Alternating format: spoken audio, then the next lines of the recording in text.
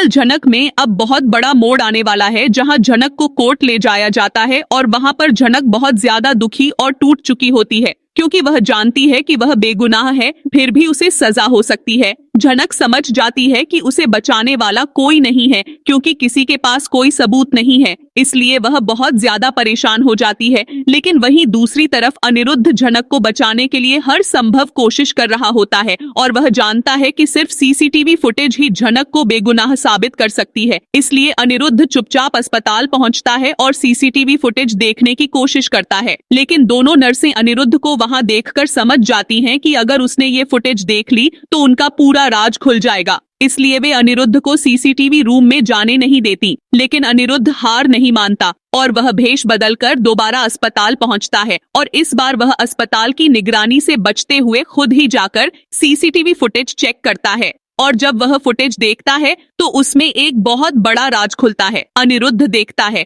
कि उसके अपने बच्चे के साथ अस्पताल में बहुत बड़ी गड़बड़ी हुई है और झनक बिल्कुल सच बोल रही थी अनिरुद्ध को। अब न सिर्फ झनक की बेगुनाही का सबूत मिल जाता है, बल्कि उसे यह भी पता चलता है कि उसके और अर्शी के बच्चे की अदला बदली की गई है। अनिरुद्ध वह फुटेज अपने फोन में सेव कर लेता है और भागते हुए कोर्ट पहुंच जाता है। और जब झनक पर फैसला होने ही वाला होता है, तब अनिरुद्ध कोर्ट में पहुंचकर जज साहब के सामने वो वीडियो फुटेज पेश करता है, जिसे देखकर कोर्ट में बैठे सब लोग दंग रह जाते हैं और पुलिस वाले भी यह मान जाते हैं कि झनक बिल्कुल निर्दोष है और उसके साथ नाइंसाफी हो रही थी। जज साहब झनक को बाइज्जत बरी कर देते हैं और झनक जेल से रिहा हो जाती है। झनक की आंखों से खुशी के आंसू झरने लगते हैं और वह अनिरुद्ध को गले लगा लेती है, क्योंकि उसने आखिरकार सच्चाई सामने लाकर उसे आजाद करवा दिया। वहीं दूसरी तरफ अर्शी यह सब देखकर अंदर ही अंदर जलने लगती है। वह देखती है कि झनक और अनिरुद्ध एक दूसरे को समझते हैं और साथ खड़े हैं, तो उसकी झनक के लिए नफरत और बढ़ जाती है। लेकिन जब उसे पता चलता है कि उसका बच्चा जिंदा है और उसे मिलने वाला है,